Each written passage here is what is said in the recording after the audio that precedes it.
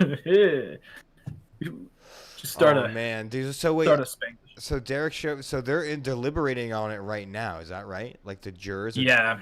Oh man. Oh jeez. I'm just saying, man, like guilty or innocent. I mean, I've made up my mind, but the country just doesn't need this right now. I know that Dude, sounds selfish, His but name. for real. For real. No, I mean like, well, I think he's guilty of at least some of those charges. But yeah, same. he needs to get something. He needs to get something to stick. If he gets, I don't think he'll. I don't know. I don't think he'll get acquitted on all of them, but I also don't think he'll get convicted of all of them. The problem is, I feel like because the anger and emotion is so high on the more like Antifa progressive side, is that unless he's like convicted of murder, I feel like People are I gonna feel be like it's not going to pissed. be enough. Yeah, people are gonna be Yeah. pissed. I think people are gonna be upset tonight, no matter what. Um, and also, I mean, you have to think about. There's also the sentencing. So he's just getting the conviction, right? And then I think there's another hearing later where the judge actually sentences him, and that's another one where it's like maybe he only gets convicted of one or two, but then they give him still 20 years. That might satiate some people. Well, God, and I think we've had what like three more shootings in the last like week. So Yeah, it's not a it's a great weird climate. time. It's a weird vibe right now. It's like Yeah. everyone's so excited to get back outside and and the pandemic to end, and then bang, hello, mass shootings.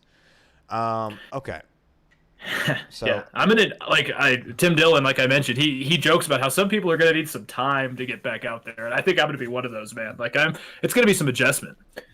yeah, yeah. I mean, for like certain activities, I think. Um, yeah.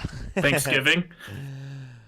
Like I'll do family stuff for like I don't know. We'll see what I'm comfortable with, but like I don't think I'm gonna be going to Vegas, hanging out in casinos anytime soon. Well, I just wonder what's gonna happen with all these people that have been kind of in their own bubble for the last year, like completely being brainwashed by whatever side they're on, and now they're gonna have to. Now you're gonna have like Trump supporting Uncle Bob now talking with like Lucy, who was with BLM over the summer. You know, like that's gonna be that's gonna be interesting. It But is. It is. I'm just thinking about my own coworkers and my own place of work, and that there's not everyone's politically aligned, obviously.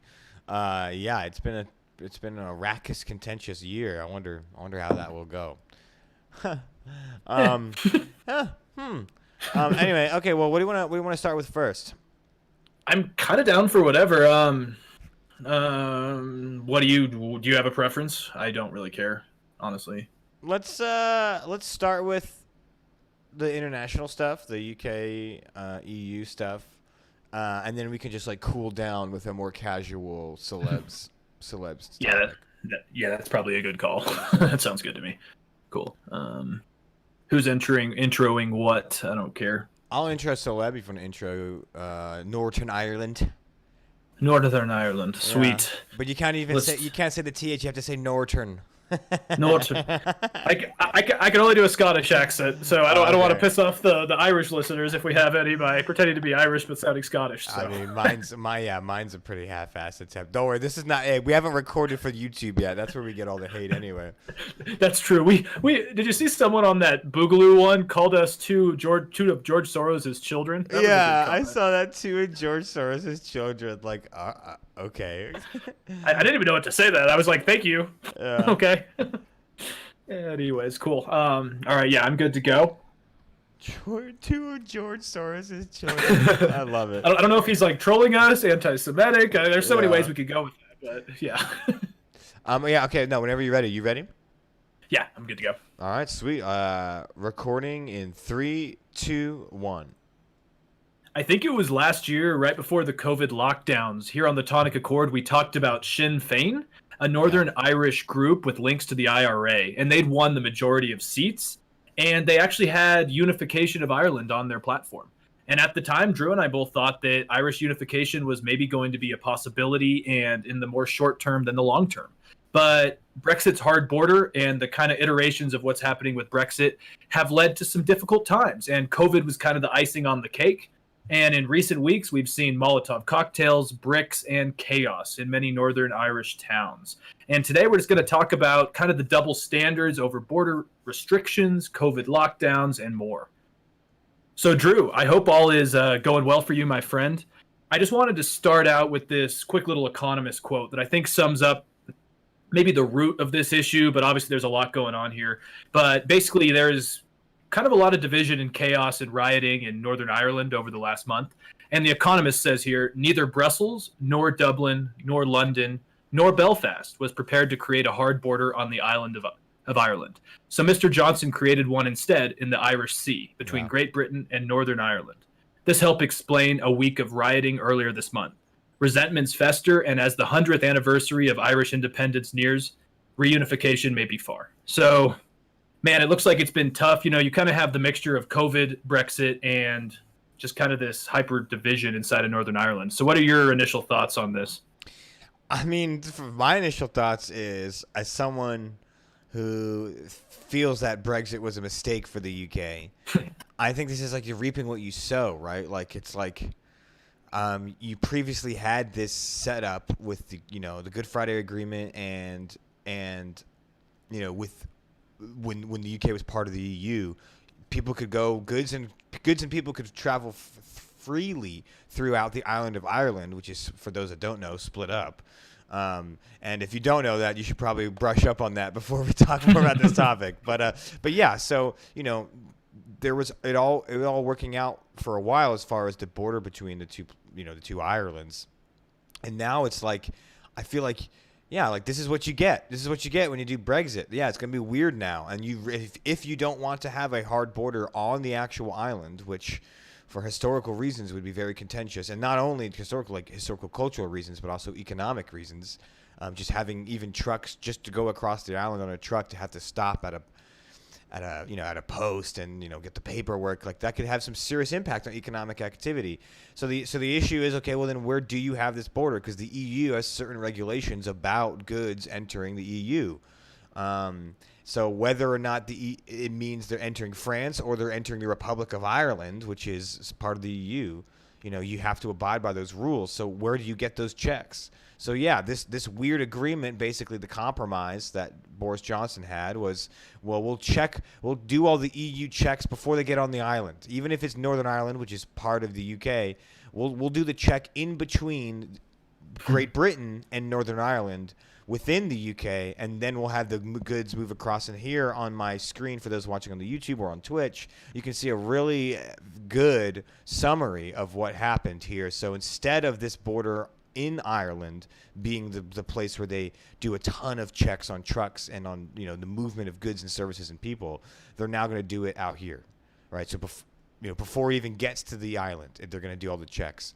The problem is, I think it's an interesting compromise. I mean, I understand why Boris Johnson doesn't want to have a hard border on Ireland. I think it's an interesting compromise, but the problem is now you have loyalists, which are people in Northern Ireland that are loyal to the crown, that want to be a part of the United Kingdom. They feel that they're getting pushed out. They feel, wait, you're adjusting this border. Now we have to deal with the checks. Right, and it's like you're pushing us away from the UK and towards Republic of Ireland, and some loyalists. I don't like that. It's super weird, but to me, it's like all this could have been avoided by just not doing Brexit. But the reality is they did, so now they have to figure it out. And yeah, it's a really hodgepodge way to do it, and very strange. Yeah, absolutely. And that was really well said. Good background there, because yeah, like I think you're right, is that it is an interesting compromise. And okay, so like Brexit happened, so we obviously can't go back on that and back to the world pre-Brexit. And to me it seemed like probably the best option that was possible, though it's not perfect. But again, like you said, like I think in general the big issue in the UK and Ireland is that there's division in each of these countries over staying with the UK or getting independence. And we're seeing that divide. I think Brexit plus COVID lockdowns were just kind of the icing on the cake for this issue inside of Northern Ireland, And I actually listened to a really good podcast. It was super short. It's out of Dublin, and it's called the Irish Times Podcast.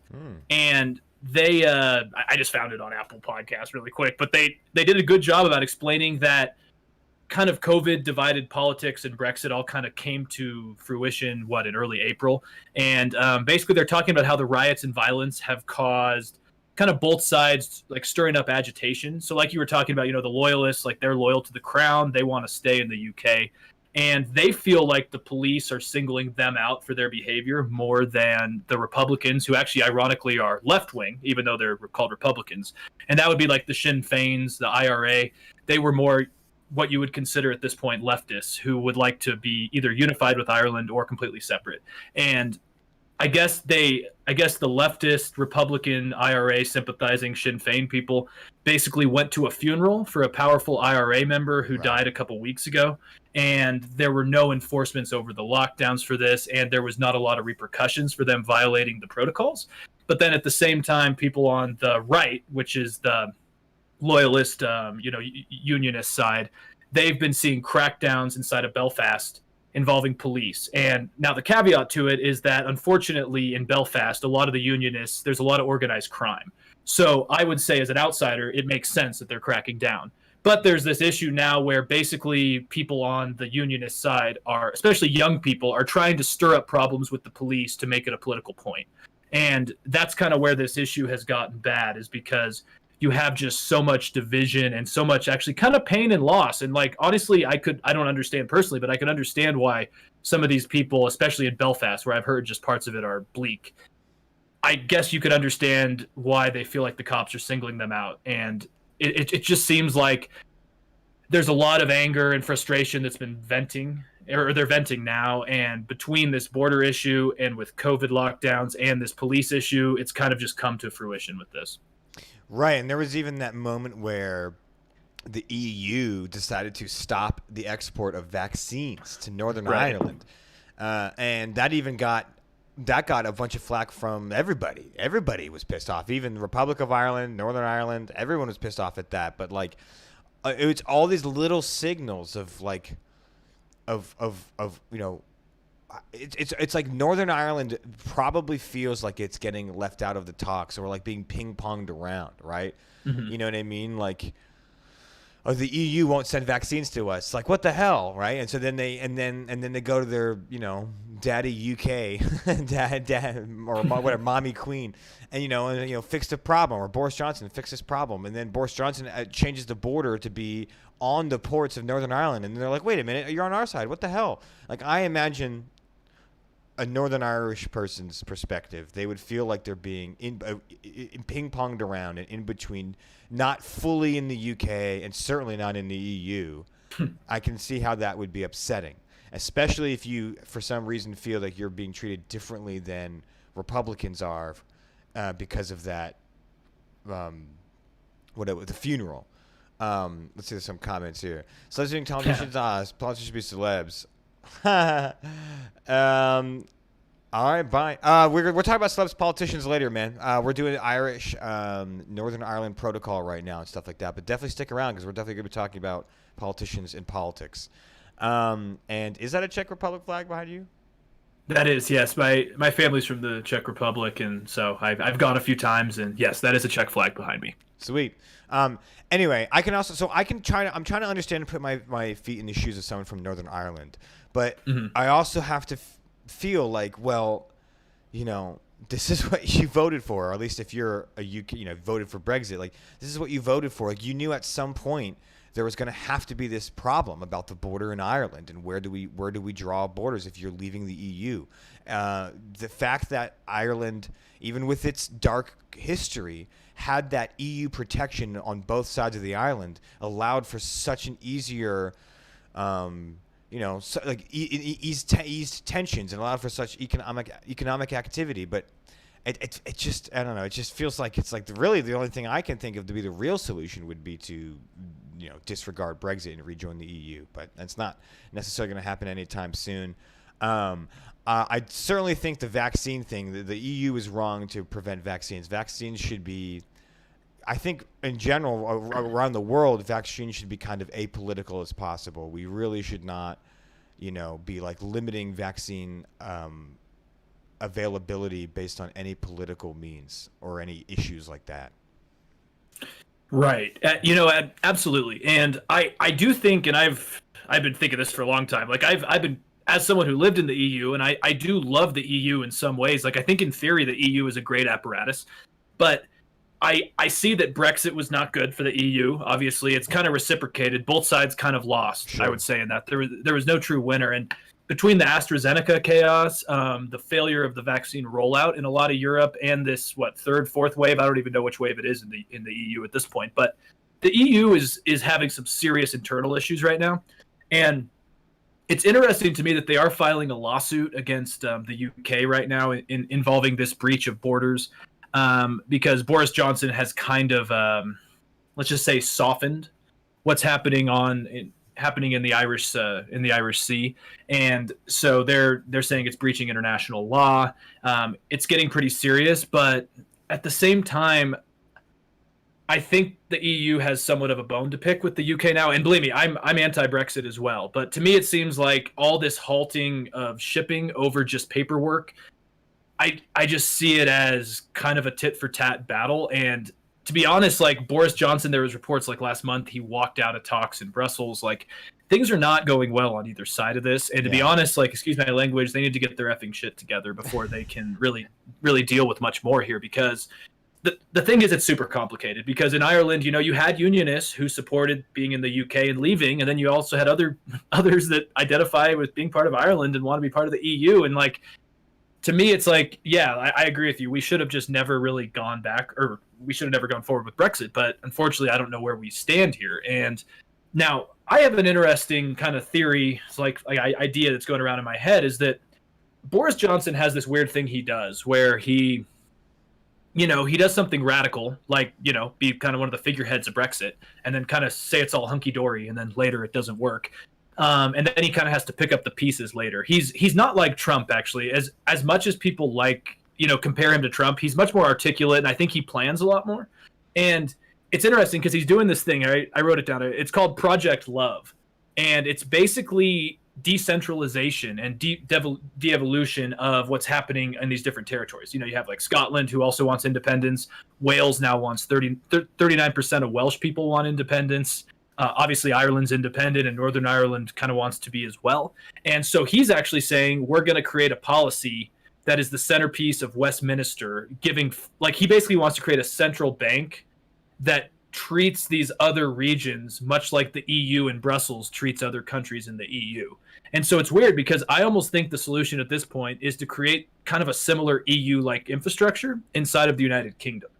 I think that's the only way for them to go forward at this point. Like I would almost say try to set this up and bring stability and actually bring Ireland into the mix, because it's clear that Ireland's now the outlier.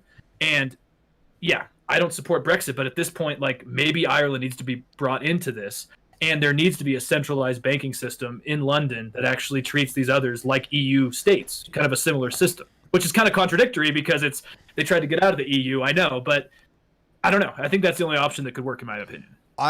Do you mean bring like the Republic of Ireland also involved in this like EU banking thing? Because I'm not really sure what would structurally change if Boris Johnson decided to do that. Like, would it just be for a mechanism to fund programs in Scotland and Northern Ireland? I mean, isn't there not? Go ahead. So basically, there's just like probably the biggest fear inside of the Tory party is that Scotland has had the highest support in decades For this year sure. for independence. The Wales, which is weird, is seeing close to 40% of support, which usually Wales is very pro the crown. Right. So that's huge. So basically, Boris Johnson is seeing in his periphery that there's a huge independence movement throughout the UK. And Ireland is the only one now who is part of the EU and a separate country, but is still in that area, and unfortunately is the bulwark against, flowing trade. And I'm not saying that it's Ireland's fault. It's the UK's fault. It's Nigel Farage's fault for this whole lie of Brexit being smooth. But at this point, it's like what Boris wants to do basically is create a plan to replace EU investment cash with a new, I think he calls it like a shared prosperity fund, which is managed from London, which bypasses the government in Belfast or in Edinburgh, etc. And so basically he wants to create London as a Brussels of the UK. Ukrainian guy, thank you for the follow, man.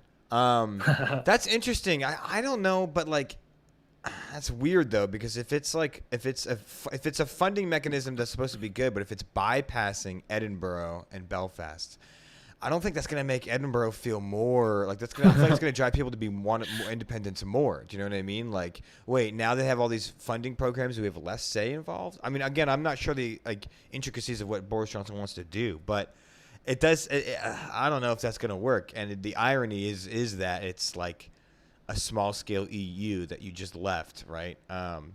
It is strange, but certainly, I mean, you had that Economist article about the United Kingdom breaking down, and yeah, that certainly has to be a worry of Boris Johnson's, is the increasing percentage of people that want independence, the people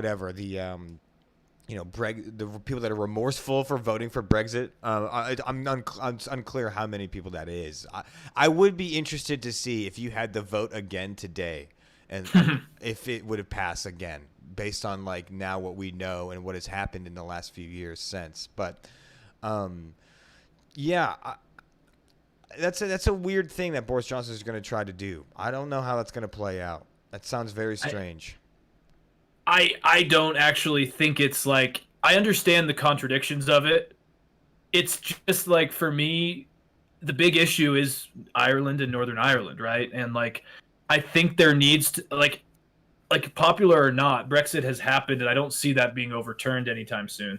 And I'm just thinking out loud here that it's like, it seems like the only way to make this more efficient would be to kind of have an EU, but like a UK, like an actual United Kingdom that operates, like deregulated, but also still has a central body in London that like, and bypass might not be the right word, because like, obviously if Edinburgh or Belfast or Cardiff or any of these other, regional capitals have needs, they're not going to be just completely ignored. But I like, because this shipping issue right now, in the Irish Sea, I think that's what they call it, right? The Irish Sea. Yeah. Mm-hmm. I just don't really know how it's solved at this time, because the EU is holding their ground, the UK is holding their ground, and I don't know. Well, I mean, let's be real. It's not like. I mean, the vaccine thing that the EU decided, the Article 16 vaccine thing, was a mistake. That was really messed up. So screw you, EU, for that. However, it's not like the EU is like, entrenched. Like, this is just the same regulations everyone else would have to deal with. You just decided to go, you just decided to leave the EU, so now you have to deal with the border. Like, you know what I mean? It's not like the EU is doing extra things to come and extra regulate Ireland. It's just regulating Ireland like they would regulate any other trade coming in and out of the EU. And so I see it as more of the UK's fault. And then on top of that, this problem is, you mentioned, right, something about Boris Johnson softening the regulations in the Irish Sea. And what I believe you're referring to was the fact that a lot of these checks and regulations go in at a certain time, and it's continued to be delayed. And then now the next delay was supposed to go in March, and the UK decided to delay it till October. And that is what the EU is saying is violating international law. Like, you can't just like delay the establishment of a regulation just because you don't want to do it. And then there is this weird clause about, I'm still trying to fully understand what this clause is, but UK and EU leaders, oh wait, no, that's not the wrong spot. It's something about like, if it's not to the benefit of if there's economic strife or something like that, they can stop this agreement. Do you know more about that? Let me try and find where that is. I do not. I do know what you're talking about, where like it seems like it's kind of loosely being held together. I mean, like that's like obviously I am not going to even try to be an expert on this, but it seems like at the end of the day, like what Boris Johnson did, because let me see, I wrote it down here as well, because it is confusing. It is quite confusing kind of how this whole thing works. And I think that's actually the crux of the problem here, is that it's super confusing, and the Brexit people marketed this as something better.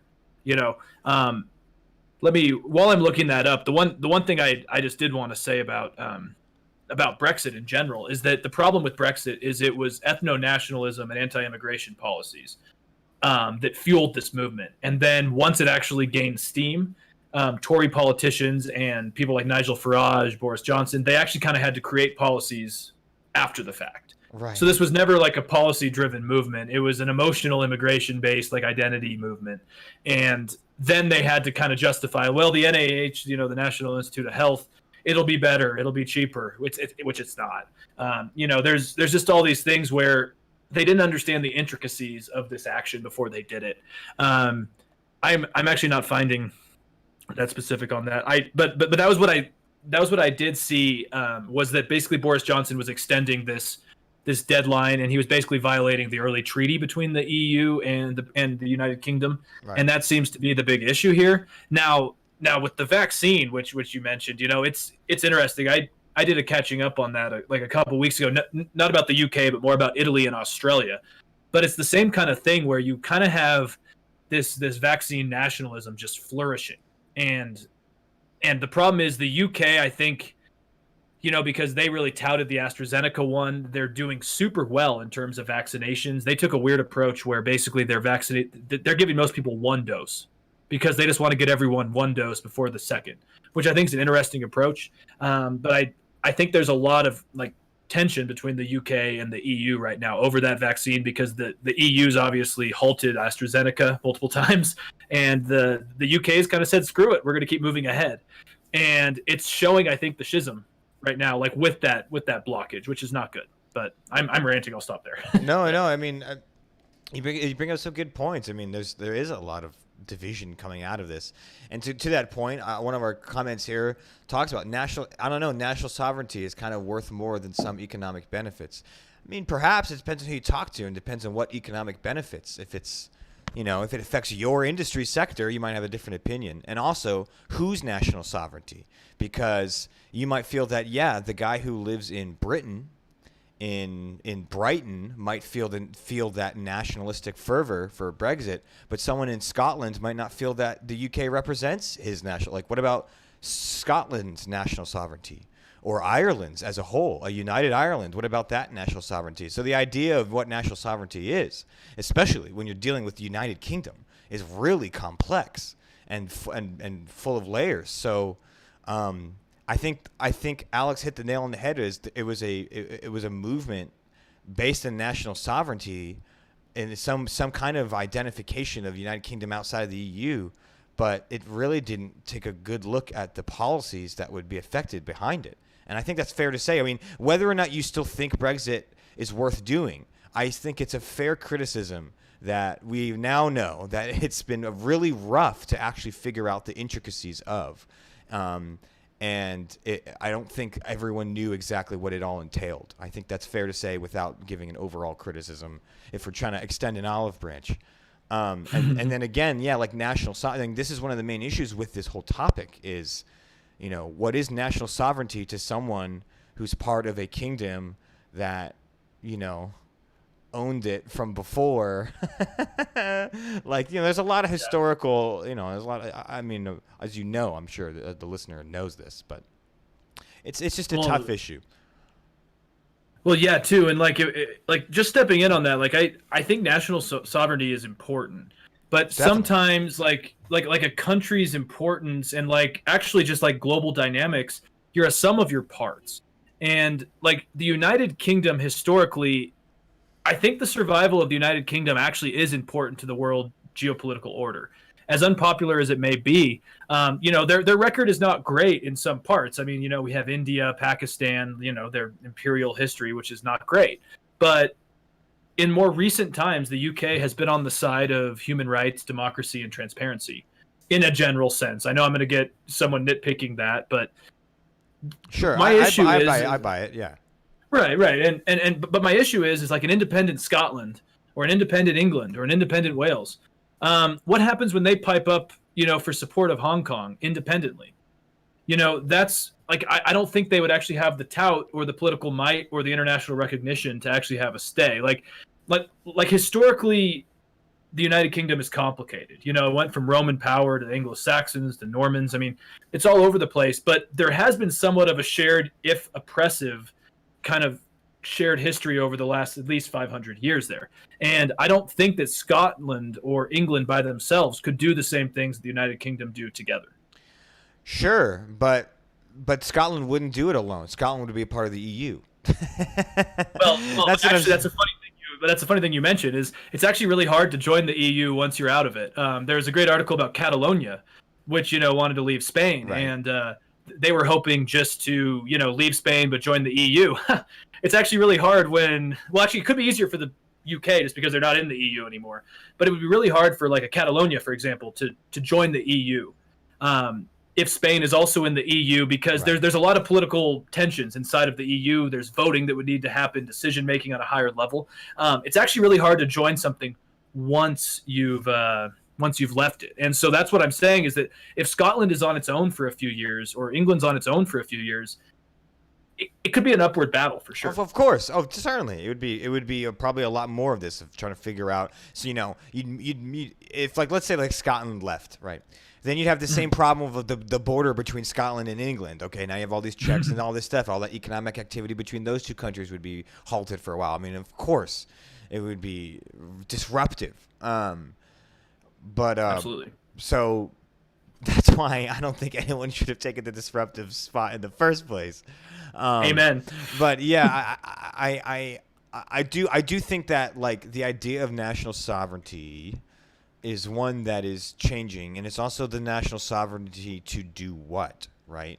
Is it the national sovereignty to just like it's like the idea like the whole Brexit thing, national sovereignty of like okay, do you mean like you said immigration? So it started with a lot of like we want to be able to decide the limits on migration and decide who comes in and out of our country.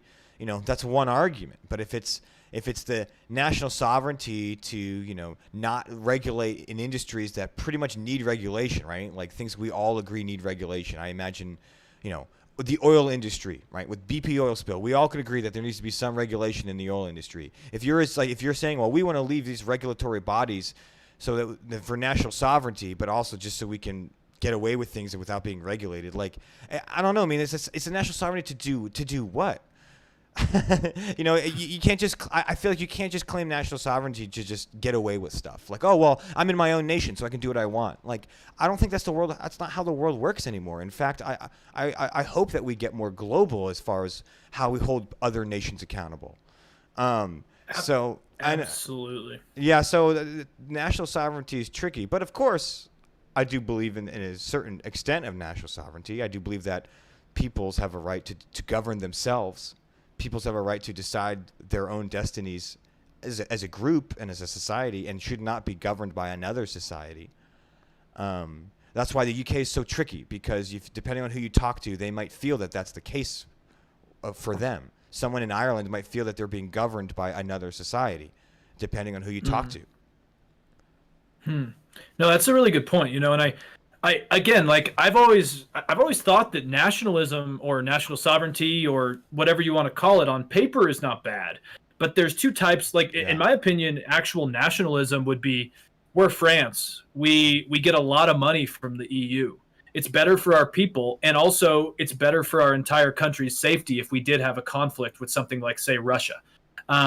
Like there's a sense of national sovereignty, which it's important, yes, to be free and fair and allow the countries to do their thing. But at the same time, when hard times come, it's actually better for your nation to have friends, alliances, and connections. And that's my issue with kind of the Make America Great Again movement, the Brexit movement, is it's kind of an ethno-nationalism where it's clearly not based on actual like economics or tangible things that could help the average person. It's built on a changing world.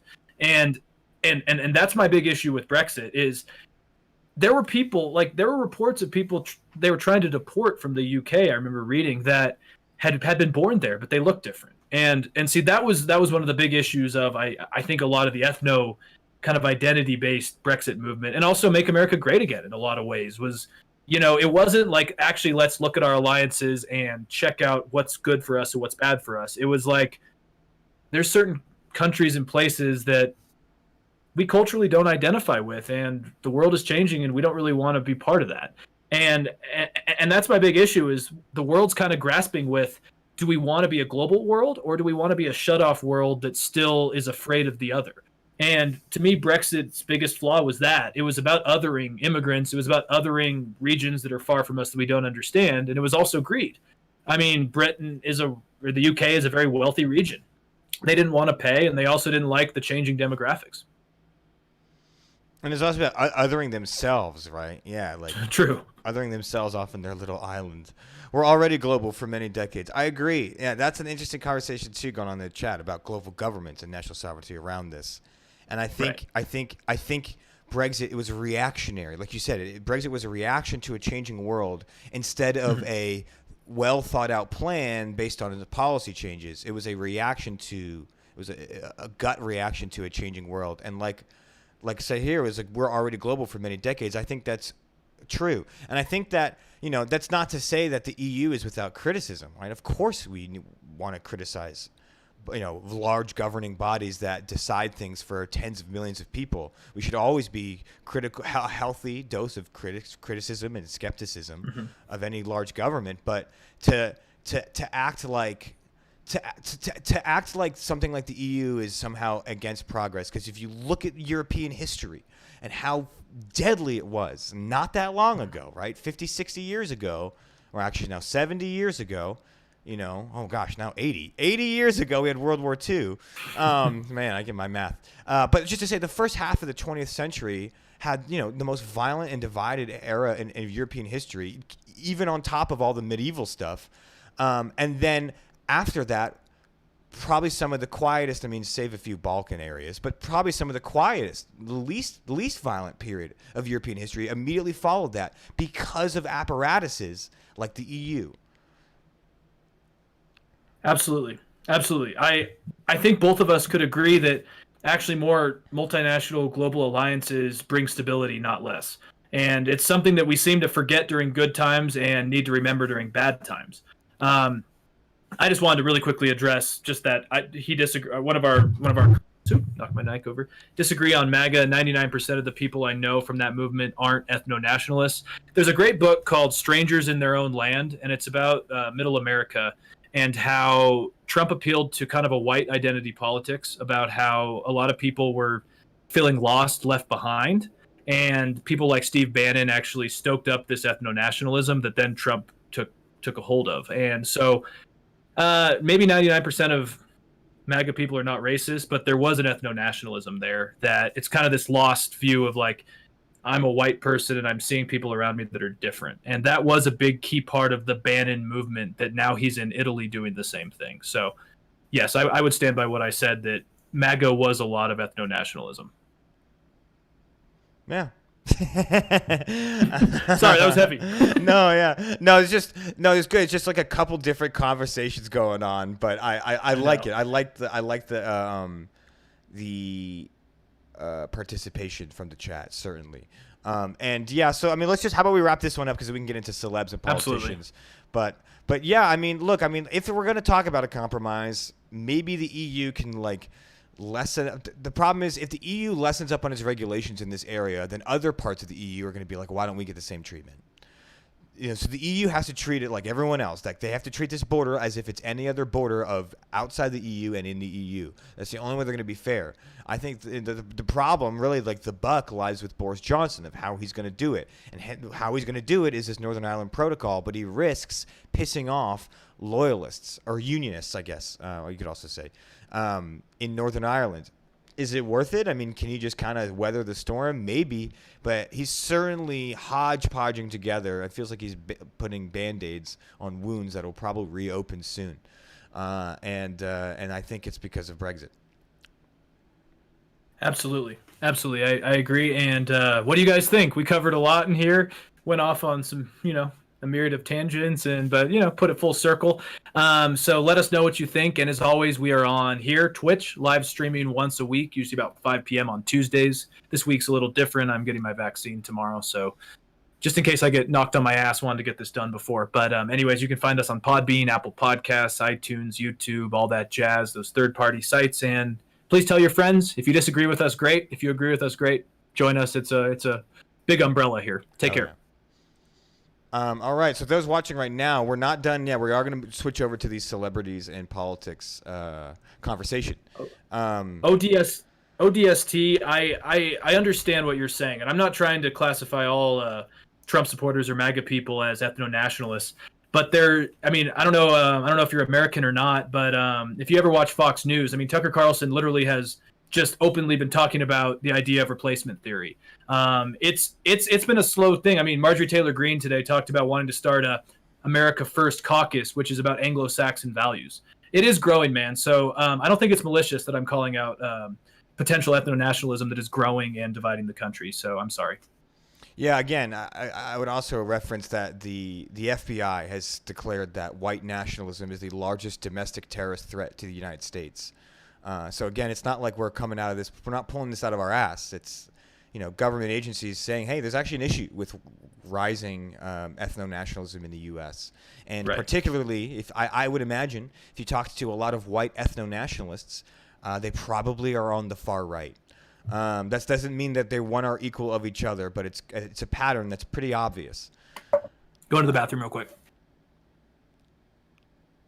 I mean, ethno is inaccurate. I mean, again, let's look at Tucker Carlson's talk about the replacement theory, right? The idea is that Democrats are driving for demographic shifts to change the voting base to outvote Republicans.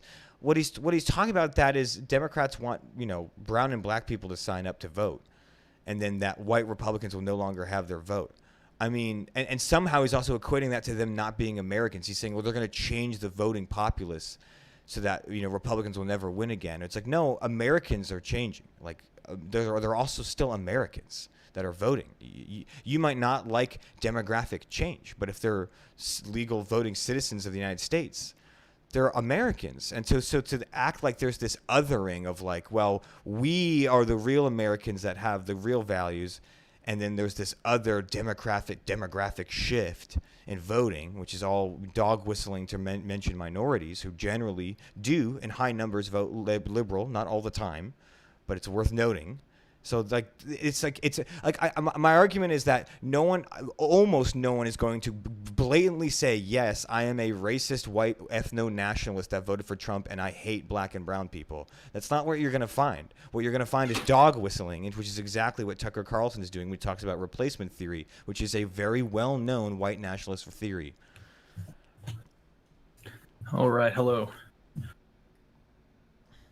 Right, immigration from Latin America, right. But what's the problem with immigration from Latin America if we're talking about real legal voting citizens? See, Tucker Carlson is afraid of immigrants from Latin America voting, but if they're voting legally, and we know that the evidence is that there is not major voting fraud among Latin Americans, so they are voting legally, then what you're saying is you don't treat them as Americans with another vote as equally, as someone who is on your side, I guess.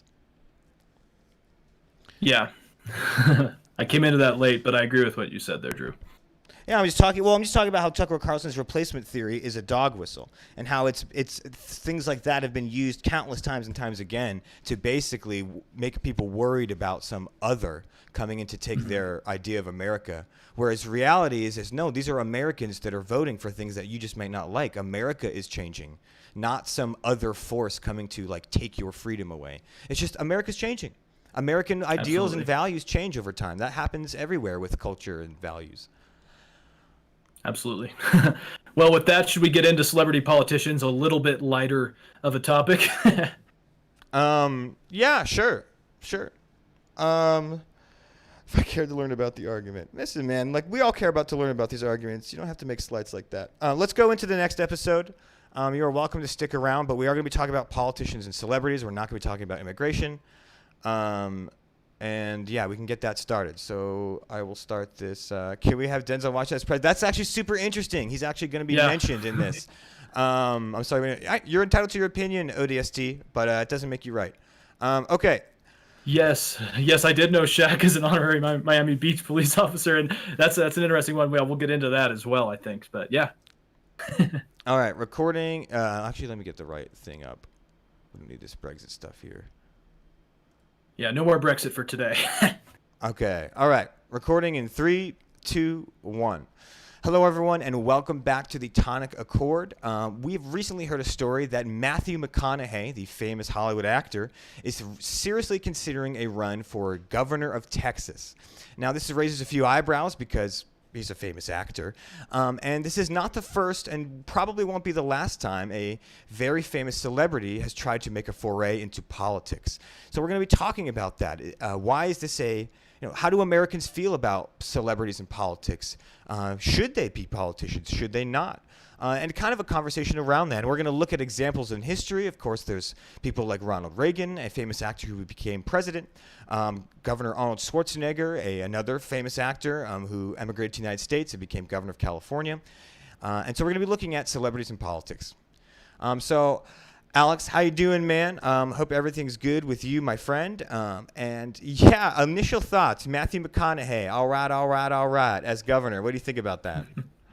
Oh man. Okay, so I think you obviously have to judge each celebrity case by case. I'll go into it in a minute that I'm actually not a fan of celebrities running for politics. I'll get into that later. But on Matthew McConaughey, I honestly am a big fan of him. I read his book Green Lights a few months ago. I think he's a very sane, centrist guy who would probably be good for Texas in a lot of ways. And it's not like he's joking about it. Like, he hasn't officially announced anything, but it looks like he's seriously looking into it, like you mentioned. Yeah. And to be honest, like my initial take is that people seem to want a celebrity when things are not going well.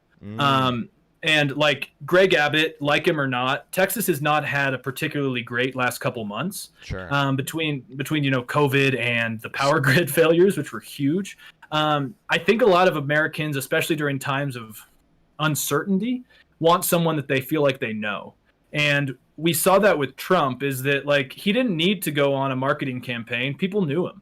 And I think it's just this uncertainty that breeds a need for familiarity. But again, like, I think it's showing that our politics are degrading when we think that we have trust in celebrities to run a country, when, to be completely honest, like, a lot of them actually don't know how the rank and file and the hour-long deliberations and compromise actually work. And but yeah, that's my initial take. I'll stop with that for now. Yeah, so the qualifications, because I mean, I'm talking about, like, we can talk about politics in general, but I'm certainly talking about like being an actual politician. That require, like, that's just like any other field. It's a professional job that requires, I mean, training and experience and an understanding of jargon, and it's very complex in industry and field and profession to be in. So it's not like anyone can just pick up being a politician and just get it right. It's one of the we mentioned even about term limits with other politicians, how we all want term limits, but we don't want to make them too short because you actually want to give people time to learn how to govern in government. Same idea. You need a lot of experience for this kind of work. So I think a big glaring criticism of these kind of things is people are like, well, you're just an actor, you don't have any experience, and that could be valid. But there's also this weird double expectation of politicians where, like a celebrity come up and like, well, you're just an actor, you should stick to acting, you don't know a lot about politics, and it's probably true. But then on the other hand, politicians are constantly trying to make themselves look like they're not politicians, like they're average Joes, like they're, hey, I just barbecue on Sundays like you, and or AOC being like proud of, like, yeah, I was a bartender and now I'm a congresswoman, and that's all great. There's just this weird double thing where I feel when a celebrity wants to be a politician, we say you have to have all these years of experience, but then we also want outsiders constantly all the time. We want a Washington outsider to be an average Joe to fight for us, and I think it makes sense why, because an outsider is someone that you can relate with. If I believe he's an average Joe that barbecues on Sundays just like me, then he knows my struggles and my pain. However, a celebrity, even though they're technically a Washington outsider, probably doesn't know my pain and my struggles because of how successful and famous and attractive they are or whatever. So I think one big thing that I think is a valid criticism is just the idea that they don't live the same life as you do. However, on the flip side, as we've seen, is there have been successful celebrities become politicians because of how charismatic they are, and I think that, and also name recognition, which is one of the biggest things in politics, is if people recognize your name and they know nothing else, they're more likely to put that check mark down on the ballot. We've seen time and time again how important name recognition is in politics, especially at smaller local races, at state Senate seats and stuff like that. Name recognition is almost completely how some people retain power for years, and celebrities can bank on that. So it's a weird double-edged sword. Well, and I think too, you brought up an interesting point is how like some of these celebrities, like people want to feel like they're normal and they appeal to the average Joe, yada yada yada. And like I think that's a very good point, is because that was kind of part of Trump's appeal. I never believed it or fell for it or whatever you want to say, but like that was his thing, like out of touch billionaire, literally kind of just that jaded rich kid whose dad was quite awful, got him a lot of money. He grows up wealthy, but he somehow it worked, appealing to a lot of voters that he was just kind of average American. I'm fighting for your freedom, blah blah blah, and it seemed to work. But to me, like I don't like I understand the charisma and the name recognition, and people want to feel like they know the person, but I feel like the fact that there's celebrities just that are being kind of like entwined now in our culture, in our political culture, I think it shows kind of a decline in our political culture in a lot of ways. And Cass Mudd, I'm probably not pronouncing it right, but he's a great Dutch political philosopher who talks about nationalism and movements. And he has a great article in The Guardian in 2018 that I was just given some reads over. And he brought up some points that I think kind of reflect how I feel on this. Is he said that like, and this isn't a defense of Congress, like their approval's low, right? They haven't done what they are supposed to do, and it's gotten so divided that they're inefficient. And but his point is that the media has propped up this narrative that basically that like CNN, Fox, whoever, they've basically said Congress doesn't work.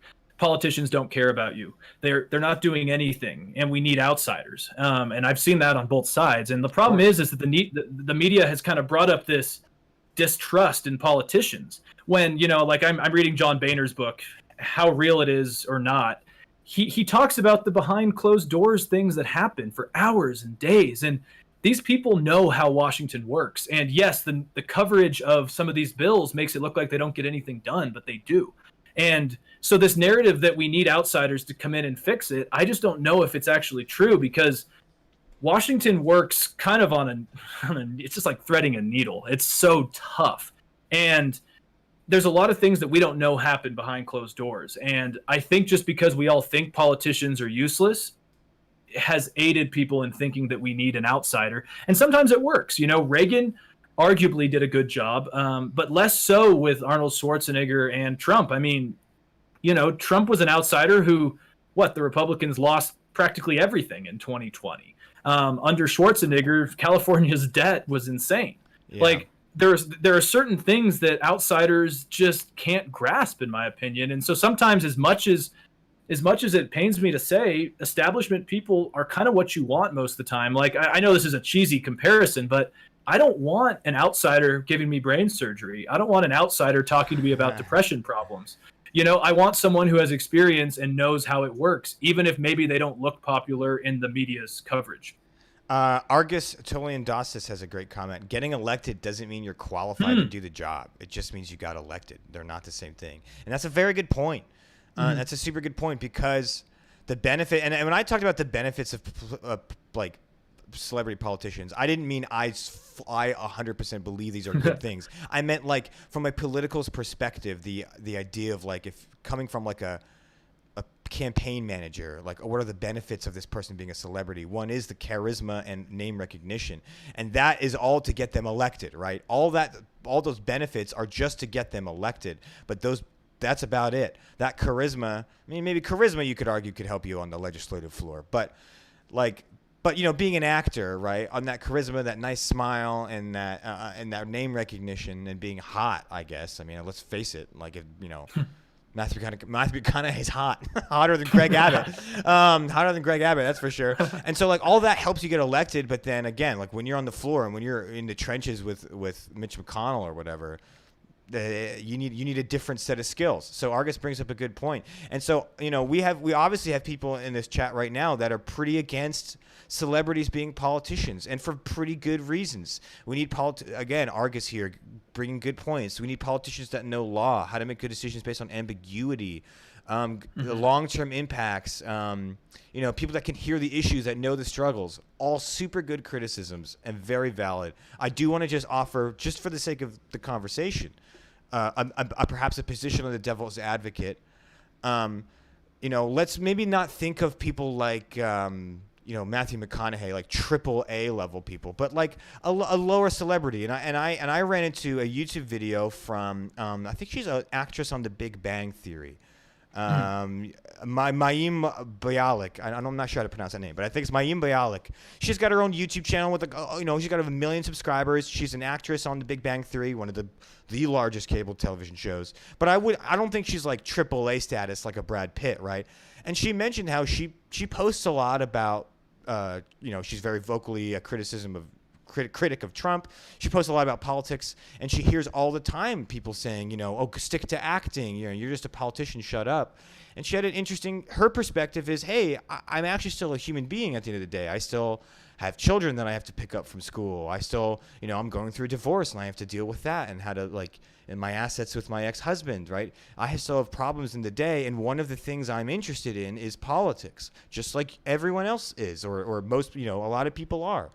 And so she says, I don't see the difference as me being some celebrity actress as the difference of a union worker expressing their political opinion, or the position of a business owner in your community expressing their political opinion.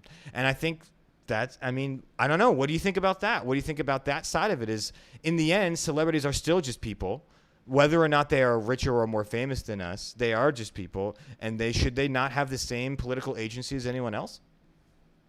No, absolutely. Like I think there's a big issue where people think that celebrities preaching politics is, I don't care. They're in their own bubble. I don't want to hear celebrities talking about politics. Stay in your lane, But I would say that I think a lot of these people, now not this gal, I watched that YouTube video you shared as well, and yeah, she seems pretty average.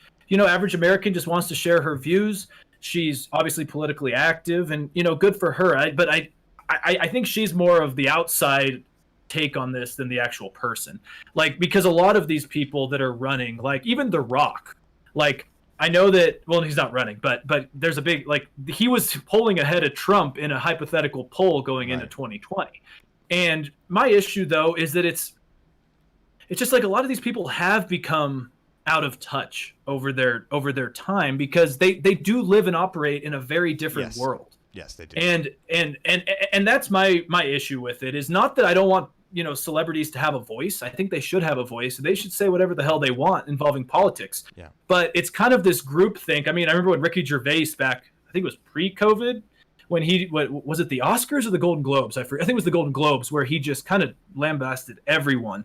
Just about this kind of shared group think about all these issues. And he's like, and he brought up the what is it, Harvey Weinstein? He's the bad one, right? Yeah, Harvey Weinstein. Yeah, he was like, it's funny that all of you are speaking out now, but half of you are, making movies and friends with him. It's just like I'm really butchering that. But basically Ricky Gervais's point was that a lot of you are out of touch with what actual Americans want. Yeah. You're in your own Hollywood bubble. And I hate to use her as an example, but Taylor Swift, she could be doing a lot of tangible things, but instead she's attacking other celebrities for what she calls, sexist, or attacking her image. And okay, that's cool. But also look at your, look at how you've progressed, and look at your bubble, look at your life. Right. I just feel like there's not a lot of connection with average people. And Trump is part of that problem as well. And that's my issue, is that, yeah, this Big Bang Theory actress, I understand that she's I'm sick of being, lambasted by people for talking politics. You can talk politics. I just think a lot of people would be a little uncomfortable with a Taylor Swift or a Tom Hanks or a Meryl Streep all of a sudden running when they haven't really seen the reality of an average person's life in a long time. I think that's the ultimate criticism. I think that's definitely what some of our viewers here are getting at. Right here, Argus says they are very wealthy people that do not experience direct existential fear that many Americans have every day, or at least have not for a while. Right. You're correct. They are out of touch. Right. Yeah, and I think that's another thing too. Is I also think, because we're going to go into next, I want to go into the polling about what other Americans view. But I think that because I was surprised at, I actually expected more people to be like Argus here in our chat, for those not listening at home, which is, they're completely out of touch with my life and my struggles. They're extremely wealthy. They may have good intentions, but it's all based out of a facade of a life. And I thought more Americans were going to be like that. And I think, but strangely, a lot of Americans seem like this is actually something they're fine with. And I think one of the reasons is because we have this fake sense of trust and a fake sense of like a weird, not real relationship we have with these celebrities. Like a good one is Tom Hanks. Tom Hanks is like known as like, you know, America's uncle. He's so nice. He kind of replaced Bill Cosby when Bill Cosby, you know, went to hell. You know, like Tom Hanks is like, well, he's been so many good movies and he's always so nice. And I think he's donated to a lot of charities and he's got a good smile. Like we all like him. We all like Tom Hanks. But like, dude, I don't actually know what Tom Hanks is like. I don't actually know what Tom Hanks is like behind the scenes. I don't know if he's an asshole or not. I have no clue. I've seen what I've seen on camera, but that's a curated experience. I don't know what Oprah Winfrey's like behind stage. And one of the biggest ones is Ellen DeGeneres that we all now know. Apparently she's a complete, you know, jerk behind stage, but she had this persona of like, I help out all the little people. I'm going to dance on stage, right? It's a curated experience that I think leads to a false sense of like trust in these people, or a false sense of like, oh, I understand their character. And it's like, no, you don't. No, you don't. You've never talked to this person in your life. You've never had any interaction with this person outside of a produced, curated experience. So let's go into that. How many people are down with this kind of thing? So we looked at where's the overarching? This is a study done. I wish I had the overarching article. I think it was here. But they mentioned some issues with the polling. We'll get into it. But they looked at a study of Americans and they polled how much they want celebrities to be a part of politics. Right, 58% of Americans would support Matthew McConaughey and Dwayne Johnson's run for political office. 63% of who they polled believe Hollywood stars can make good politicians with the right attitude and support staff. That was shocking to me. That's a big number.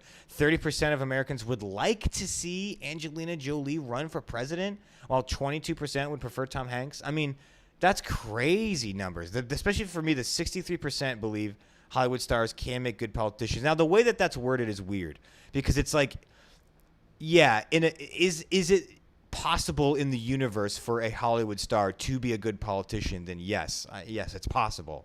So maybe that's why that's skewed so high. But like, it seems like there's a bigger chunk of support for celebrities than I would have assumed. What do you think? Yeah, I mean, to me, it seems like one of the only bipartisan agreements is that apparently both sides like celebrities. I think it was 538 who put out that, it was that Pipsley poll that said that, 58. Let's see, I have it here. No, I was looking at that same one. It was actually YouGov and The Daily Show, that found that 81% of respondents on both sides, this is not just Democrats or Republicans, this is both sides, agreed that Morgan Freeman should be president. To me, again, like going back to what I said way earlier, is that I think these numbers just show that we have a very broken political system. Like the fact that people are just willing to look anywhere for something that gives them like a semblance of sanity and stability doesn't tell me that these people actually should be running the country. But it just tells me that I think people are just sick of everything. Yeah. And as much as I've disagreed with ODST_AAC, he actually brings up a point, is that it would be easier to agree with establishment people if they were actually doing things that are correct or right or for the American people. Definitely. And I would though push back and say that, again, we just get the coverage of what's, happening in the spotlight. Like the country has been running semi-well for most of our existence. And I think we forget that a lot of these career politicians actually are balancing special interests, their voters, their constituents. John Boehner in his book, again, the last time I'll mention it, is he talks about how there's there's specific people in the House who either focus on big picture issues, like potentially being Speaker of the House. Others focus on their districts. Others focus on caucuses. That's the whole idea, is that there are people inside of Congress who are just focused on different things. And it's just this kind of cacophony of voices and people that kind of comes together. And I just don't know if Angelina Jolie, I'm not singling her out on purpose, but I just don't know if she ran for the House. I just don't know if she could go in there and actually be able to work in the dynamics.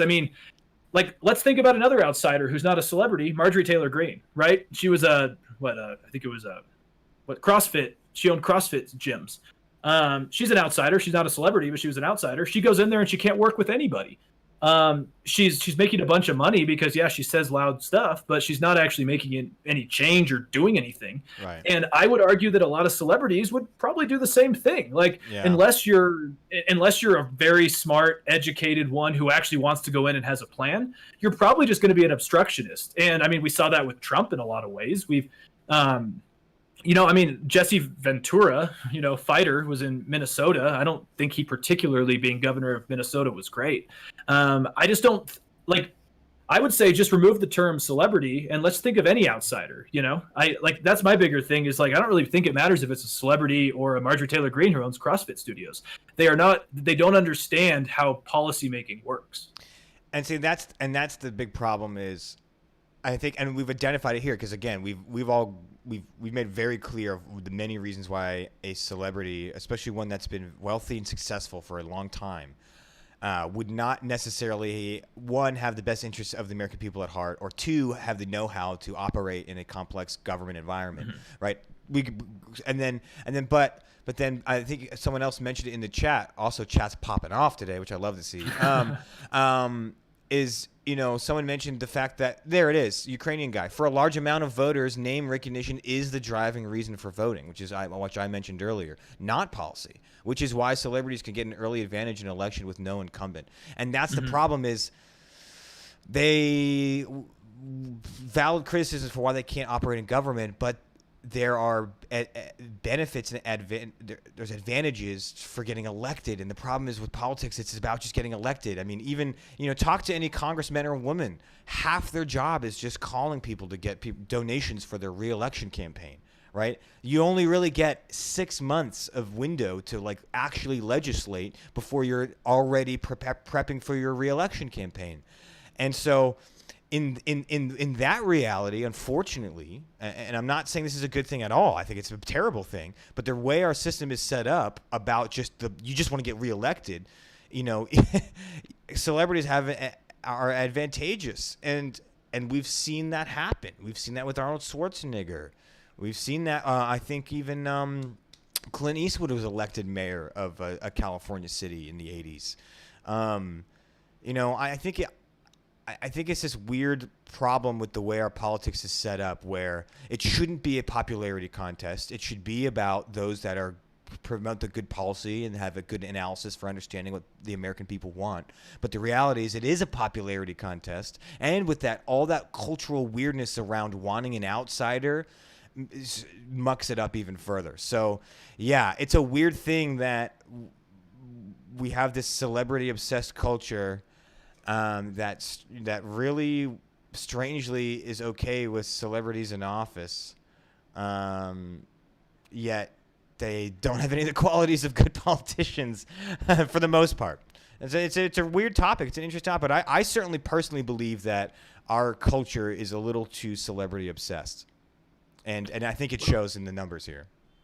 Oh, of course, yeah, and I totally agree with you. I mean, I'll just reiterate it, is that I think during crazy, tumultuous times when no one really knows what's up, yeah, they like something that's kind of their North Star. And, The Rock, like, let's be honest, he's kind of a welcoming figure. He kind of has a nice vibe to him, truck driving, ex-football player, seems like a nice guy, healthy. Right. Sure, I like, to be completely honest, like, I guess my categories for if they should be able to run or not would basically be, why are you running? Clint Eastwood, like you mentioned, yeah, I saw that. I think it was mayor of a town in California, and he did it because he couldn't build a restaurant due to like planning codes. So he just ran because he wanted to, for his own freaking interests. Trump, nice. I don't think Trump ran because he wanted to fix America. That's my opinion. I'm sure there's other people that would say that's not true. I again think like Ronald Reagan. I do think that at the time he seemed to. I mean, he had shown that he could be a leader because he was governor of California. He was also I think president of the Actors Guild back when he was a liberal. Like he had shown a trend of leadership, and he had shown a trend of being able to do it. Arnold a little bit less so. Trump a little bit less so. Like I think it all comes down to intent and motive on why these people are running. Like.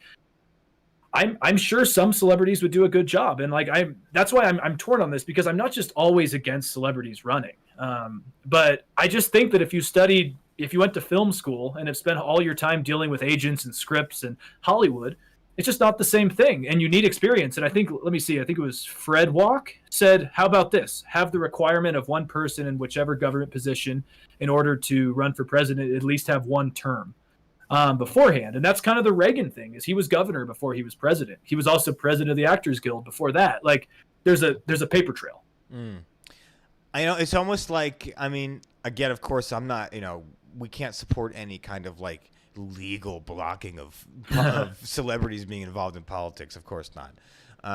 But I think the conclusion I'm getting to is like, is it possible that a celebrity could be a politician? Yes, but should politicians be celebrities? Probably not.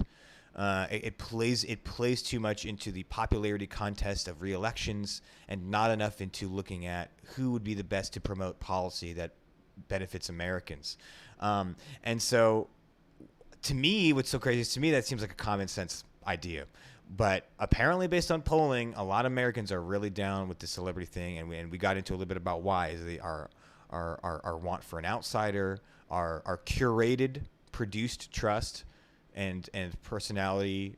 Like the fact that, like you said, like, oh, the Rock has a good vibe to him. It's like, yeah, but I mean, maybe not. I mean, like, if I go off his Instagram, yeah, but he's got a media team that curates that. Like, I don't know. Right. I don't know if he's really cool or not. I have no clue. Or if he'll secretly just like destroy the dam and sell off all the water rights while he's in office. Like, you don't know who they're going to pull. So, yeah, it's certainly an interesting topic. And again, we brought up because Matthew McConaughey is mentioned twice now. He's seriously running for Texas governor. It's just strange times. But we've certainly got a lot of opinions from the chat. Super awesome to see. And a lot of varying opinions, which is also really awesome to see. So thank you to all who shared their opinions in this conversation. Certainly come back. Today we're streaming on Monday, but most weeks we stream on Tuesdays at 5 p.m. Pacific time. So definitely tune into that. Leave a follow, leave a like if you enjoyed the stream. And again, we don't have to agree with each other. We don't have to agree with each other, but we definitely want to talk to each other, discuss, and all opinions are welcome within reason, of course. Fred Walk, thank you for the follow, my guy. And yeah, thank you all for listening out there. This will be up on YouTube, on Podbean, Apple Podcasts, and a host of third-party sites. So thank you all for listening, and this is the Tonic Accord. Peace. All right, folks. Yeah, at the stream, we're wrapping up now. We just finished our recordings. Thank you again, guys, for coming in here and chatting it up. ODST, Argus, Ukrainian guy, Fred Walk, and whoever else is more anonymous. Thanks for all for watching. We encourage you to come back again. And vote Caitlyn Jenner in the runoff. Oh, yeah, the that's recall right. Of Gavin Newsom. Oh, I forgot. She's trying to go for politics, too, right?